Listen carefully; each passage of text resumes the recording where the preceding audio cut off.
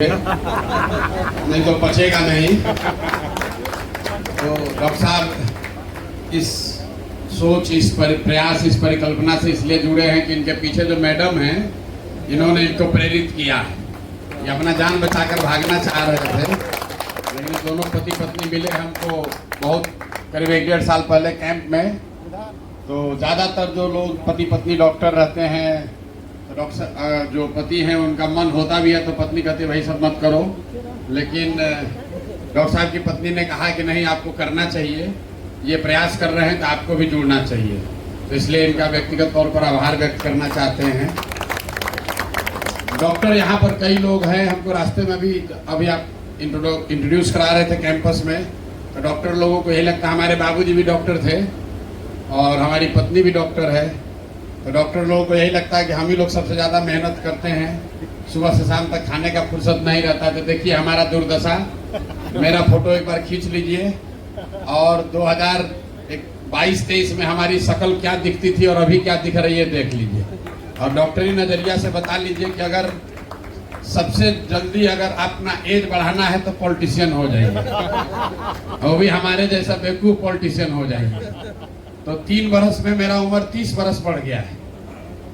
और अभी कोई हमारा लड़का भी मैसेज भेज रहा है कि भाई बाल कटवा लो, मैंने बाल तो कटवाना बनता है, लेकिन प्रयास कर रहे हैं। बहुत लोग इस चक्कर में पड़े हुए हैं कि इसका परिणाम क्या होगा। किसी ने कहा इंटेलेक्चुअल का मीटिंग है, इंटेलेक्चुअल लोग, so called self appointed intellectual लोगों को लगता है कि उनको ज़्यादा ज्ञान है कि बिहार में क्या हो सकता है, नहीं हो सकता है। अरे भैया, प्रशांत किशोर को सफलता मिलेगी नहीं मिलेगी, तो मेरा आपसे इतना ही आग्रह है कि परिणाम का एनालिसिस किए बगैर इस बात की चिंता कीजिए कि ये प्रयास होना चाहिए कि नहीं होना चाहिए। प्रयास, क्योंकि प्रयास हम करें या आप करें, प्रयास आज हो या बिहार को सुधारने का प्रयास 20 बरस के बाद हो, प्रयास तो किसी न किसी बिहार के बच्चे को ही करना पड़ेगा। तो इस पर चर्चा होनी चाहिए कि प्रयास होना चाहिए कि नहीं होना चाहिए। एक अंतिम बात कहेंगे, लंबा चौड़ा कुछ नहीं बोलेंगे। कई लोग ये कह रहा है भैया इतना कठिन काम है, कुछ भी कर दीजिए बिहार नहीं सुधरेगा। तो मान लीजिए कि आप ही के एनालिसिस को एक्सेप्ट कर लेते हैं कि कुछ भी कर ले बिहार नहीं सुधरेगा, तो आपने, हमने, सबने महाभारत में अभिमन्यु का जिक्र सुना है। चक्रव्यूह को अभिमन्यु भेद नहीं पाए, लेकिन उनको घेर के सब लोगों ने मार दिया चक्रव्यूह में। लेकिन इतिहास गवाह है इस बात का कि ये पूरी दुनिया, पूरी मानवता अभिमन्यु की कहानी कहती है, उसका गाथा गाती है, उसको घेर कर मारने वाले का गाथा कोई नहीं गाता है। तो अगर बिहार के चक्रव्यूह को भेजने के लिए आपको संकल्प लेकर इसमें घुसना पड़े, जो भी कुर्बानी देनी पड़े वो कुर्बानी देने के लिए तैयार होइएगा। तो जन स्वराज से जुड़िए। राजनीति सिर्फ चुनाव नहीं है, चुनाव जीतना हारना एक महत्वपूर्ण पहलू है, लेकिन राजनीति सिर्फ चुनाव नहीं है। देश की आजादी से पहले जितने लोगों ने राजनीति की, यहाँ के समाज को, लोगों को दिशा दी, उनको आजाद कराया, वो तो कभी जीवन में एमएलए एमपी नहीं बने, लेकिन उनका प्रभाव है, समाज को उन्होंने दिशा दी। आज भी आप और हम उनको बहुत बड़ा नेता मानते हैं। तो बिना एमएलए एमपी बने हुए भी समाज में बहुत बड़ा प्रभाव क्रिएट किया जा सकता है, और वो अभी आप जन स्वराज के लिए भी देख रहे हैं। कोई एमएलए एमपी मंत्री जाएगा तो कल्याण बिघा में पुलिस उसको नहीं रोकेगी, लेकिन प्रशांत किशोर जो मुखिया भी नहीं है, वहाँ कल्याण बिघा में जाते हैं तो प्रशासन का हाथ पांव फूलता है। तो अगर आप खड़े होइएगा, समाज के लिए खड़े होइएगा, समाज की बात कीजिएगा, समाज से लोग आपके साथ खड़े होंगे, तो आपकी ताकत अपने आप बनेगी। हर व्यक्ति एमएलए बन जाए जरूरी नहीं है, वो एक छोटा सा पहलू है। राजनीति सिर्फ चुनाव नहीं है, राजनीति समाज की आवाज बनना भी है, राजनीति जो दिल में अच्छा लगे वो करना भी है, समाज में जो कमजोर है उसका हाथ पकड़कर आगे बढ़ाने का प्रयास भी है।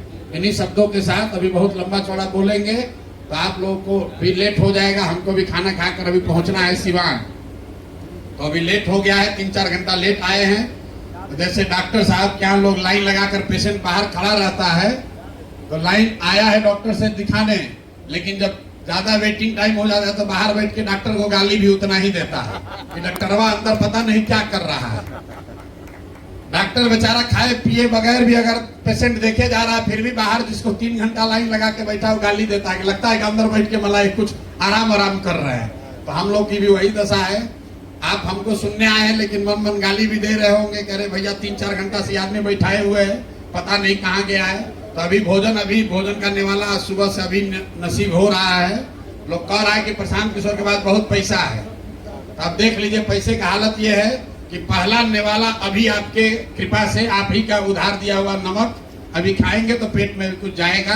तो लगिए और सब लोग लगिए बिहार को सुधारने के लिए।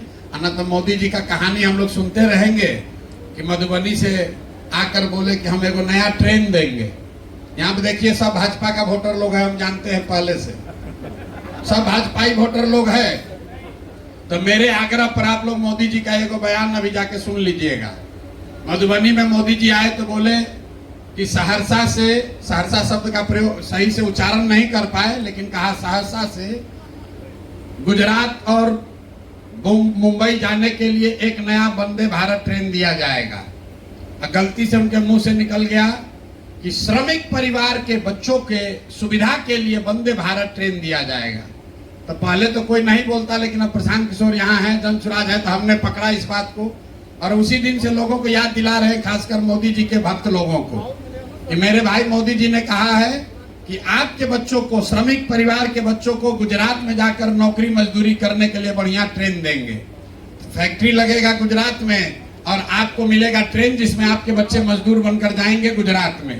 तो तय आप कर लीजिए कि आपको बिहार में फैक्ट्री लगाने वाली सरकार चाहिए कि वो सरकार, वो नेता चाहिए जो आपको ट्रेन दे जिसमें आपके बच्चे मजदूर के बनकर यहाँ से जाएं और गुजरात में और तमिलनाडु में जाकर मजदूरी करें।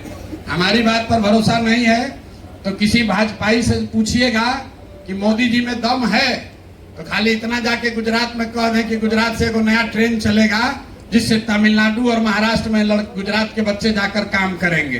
गुजरात में लोग लाठी लेके न दौड़ा लिया मोदी जी को तो देख लीजिएगा। लेकिन ये बिहार का दुर्दशा है कि हम लोग इस पर भी ताली बजा रहे हैं कि मोदी जी आकर एगो और ट्रेन बढ़ाने वाले हैं ताकि और लड़का यहाँ से मजदूर बनकर गुजरात जाए। अब खाना खाइए, शुभ रात्रि, गुड नाइट।